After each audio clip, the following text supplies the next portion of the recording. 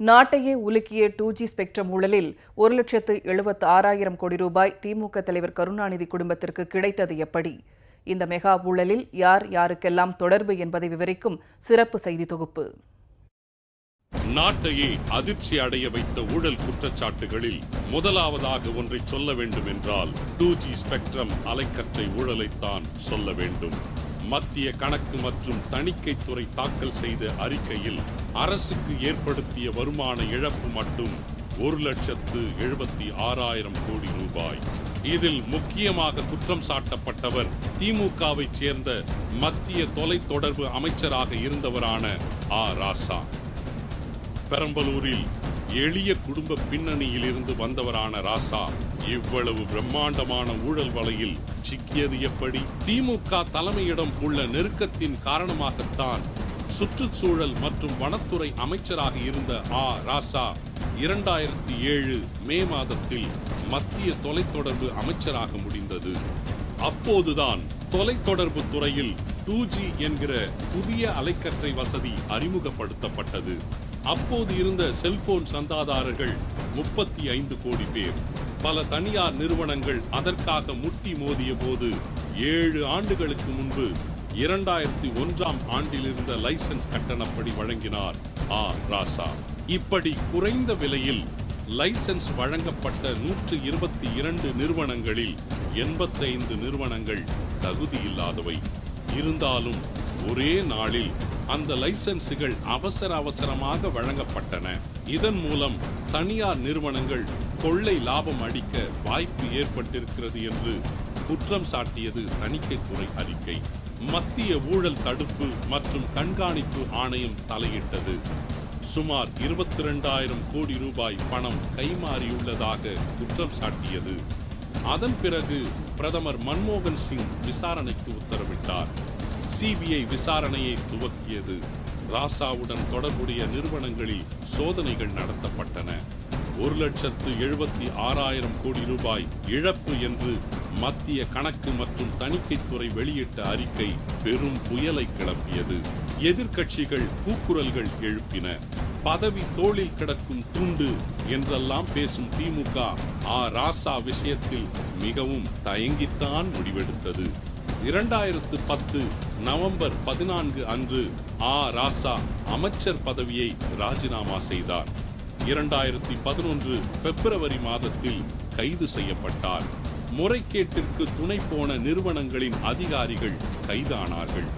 அப்போது நடந்த விசாரணையின் போதுதான் சாதிக் பாக்ஷாவின் நிறுவனம் கலைஞர் தொலைக்காட்சிக்கு 200 கோடி ரூபாய் கொடுக்கப்பட்டிருக்கிற செய்தி வெளியானது. கனிமொழி கைதானார். கலைஞர் தொலைக்காட்சி நிர்வாக இயக்குனரான சரத்குமார் கைது செய்யப்பட்டார்.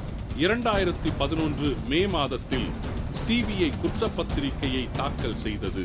அமலாக்கத்துறை ராசா, கனிமொழி, கருணாநிதியின் மனைவி தயாளு அம்மாள் ஆகியோர் மீது குற்றப்பத்திரிகையை தாக்கல் செய்தது. வழக்கு விசாரணை நடந்து கொண்டிருந்தாலும் கனிமொழி ஜாமீனில் வெளிவந்து விட்டார். ஜாமீனில் வெளிவர மாட்டேன் என்று அடிக்கடி சொல்லிக் கொண்டிருந்த ராசாவும் வெளியே வந்து விட்டார். பிரதமரான மன்மோகன் சிங்கிற்கும் நிதி அமைச்சரான சிதம்பரத்திற்கும் தெரியாமல் தான் தனித்து அலைக்கற்றை ஒதுக்கீட்டில் செயல்படவில்லை என்று பகிரங்கமாக ராசா புகாரை தெரிவித்தும் காங்கிரஸ் தரப்பிலிருந்து அதற்கு மழுப்பலான பதிலே தரப்பட்டது. திமுகவிற்கும் காங்கிரசுக்கும் இடையிலான கூட்டணி முறிந்த போது பேசப்பட்ட 2G குறித்த பேச்சுகள் படிப்படியாக குறைந்துவிட்டன. அதிலும் அண்மையில் தமிழக தேர்தலை ஒட்டி மறுபடியும் திமுகவும் காங்கிரசும் கூட்டணி சேர்ந்துவிட்ட நிலையில் மிகவும் வசதியாக இரு கட்சிகளும் மறந்துவிட்ட விஷயம் 2G. ஆனாலும் வழக்கு விசாரணை இறுதி கட்டத்தை நெருங்கி இருக்கிறது. குற்றம் சுமத்தப்பட்டவர்களின் இறுதி வாதங்கள் முன்வைக்கப்பட்டு கொண்டிருக்கின்றன. இந்த வாதங்கள் நிறைவடைந்ததும் தீர்ப்பு நெருங்க வாய்ப்பிருக்கிறது. இதன்படி குற்றம் சாட்டப்பட்டவர்களுக்கு ஓராண்டு சிறை தண்டனை முதல் ஆயுள் தண்டனை வரை வழங்கப்பட வாய்ப்புகள் அதிகம். கூடவே அமலாக்கத்துறையின் தீர்ப்பும் இதை ஒட்டி வழங்கப்பட வாய்ப்பிருக்கிறது. இதிலும் குறைந்தது 3 ஆண்டு சிறை தண்டனை வரை கிடைக்க வாய்ப்பிருக்கிறது. இதற்கிடையில் அளவுக்கு அதிகமாக சொத்து சேர்த்ததாக ராசா மற்றும் அவர் மனைவி மீது முதல் தகவல் அறிக்கை பதிவு செய்யப்பட்டிருக்கிறது. கனிமொழி, கருணாநிதியின் உதவியாளர் சண்முகநாதன் மற்றும் உளவுத்துறை அதிகாரியாக இருந்த ஜாஃபர் சேட் ஆகியோருக்கு இடையிலான தொலைபேசி உரையாடல்கள் பொதுவெளிக்கு வந்து கவனம் பெற்றிருக்கின்றன.